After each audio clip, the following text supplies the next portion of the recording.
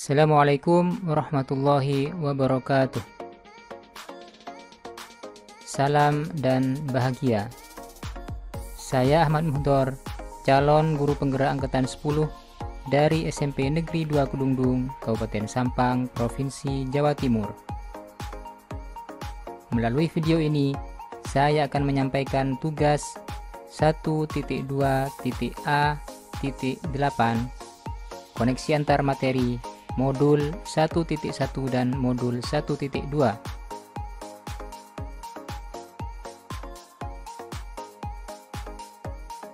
Setelah saya menjalani pembelajaran dari modul 1.1 hingga modul 1.2 ini, berikut adalah hal yang menjadi pembelajaran bagi saya yang dijabarkan melalui refleksi model 4P, yaitu peristiwa, perasaan, pembelajaran, dan penerapan.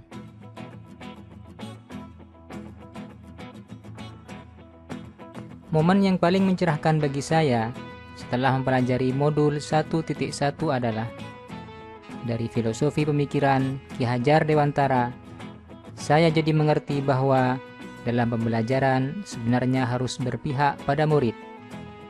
Guru menuntun segala kodrat yang ada pada anak. Kemudian guru tidak hanya mengajar, tapi juga membina karakter dan moralitas murid. Momen yang paling menantang bagi saya setelah mempelajari modul 1.2 adalah saya harus menerapkan nilai-nilai dan peran guru penggerak supaya dapat mewujudkan profil pelajar Pancasila.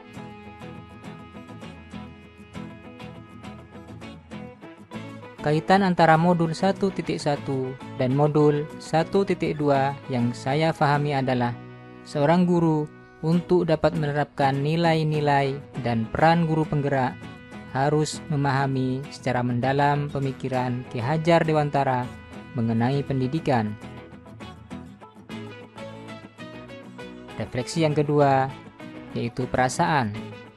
Saat momen itu terjadi, saya merasa gembira, senang, dan optimis. Saya gembira karena dapat belajar dan mendalami nilai-nilai dan peran guru penggerak. Nantinya, seorang guru penggerak harus memiliki peran menjadi pemimpin pembelajaran, menjadi coach bagi guru lain, mendorong kolaborasi, mewujudkan kepemimpinan murid, dan menggerakkan komunitas praktisi.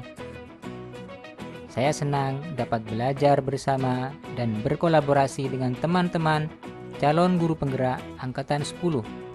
Memahami bahwa seorang guru penggerak harus memiliki nilai-nilai berpihak pada murid, mandiri, reflektif, kolaboratif, dan inovatif. Dan saya merasa optimis bahwa setelah mendalami materi di modul 1.2, saya dapat menerapkan nilai-nilai dan peran guru penggerak.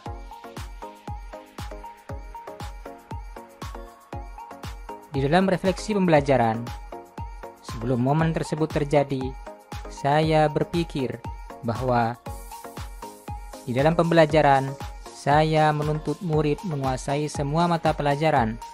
Saya menganggap bahwa murid yang pintar adalah murid yang menguasai semua mata pelajaran dan memiliki nilai tinggi pada semua mata pelajaran tersebut.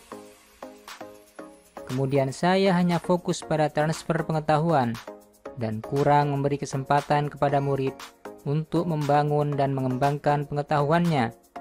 Selain itu, saya hanya fokus pada ketuntasan penyampaian materi daripada memahami karakteristik murid. Berikutnya, saya lebih sering menggunakan metode ceramah karena saya menganggap bahwa pembelajaran dikatakan berhasil, salah satunya adalah saat semua materi pelajaran sudah saya sampaikan kepada murid. Saya mengabaikan karakteristik masing-masing murid, di mana mereka memiliki gaya belajar yang berbeda-beda, yang tidak semuanya dapat menerima metode ceramah. Dan sekarang saya berpikir bahwa pembelajaran seharusnya menuntun murid sesuai dengan minat dan bakatnya.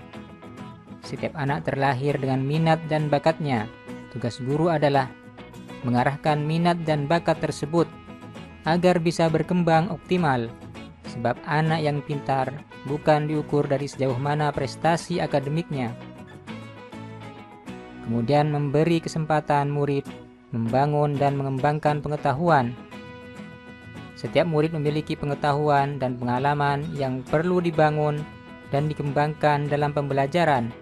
Seorang guru tidak boleh hanya melakukan pembelajaran satu arah saja, yaitu dengan memberikan pengetahuan yang kita miliki kepada murid dan mengabaikan pengalaman atau pengetahuan dasar yang sudah ada pada diri mereka. Seorang guru perlu menerapkan inovasi pembelajaran. Setiap murid memiliki karakteristik yang berbeda. Untuk itu perlu dilakukan metode pembelajaran yang bervariasi dan inovatif yang disesuaikan dengan karakteristik murid. Kemudian penerapannya adalah pengembangan diri yang rutin dilakukan dari sekarang untuk membantu menguatkan nilai-nilai dan peran saya sebagai guru penggerak. Yang pertama, menyambut murid yang datang ke sekolah, kemudian masuk kelas tepat waktu, melakukan pembelajaran yang berpihak pada murid, dan mengembangkan diri secara berkelanjutan dan konsisten untuk menerapkan nilai-nilai dan peran guru penggerak. Demikian penyampaian tugas koneksi antar materi modul 1.1 dan modul 1.2. Terima kasih. Wassalamualaikum warahmatullahi wabarakatuh.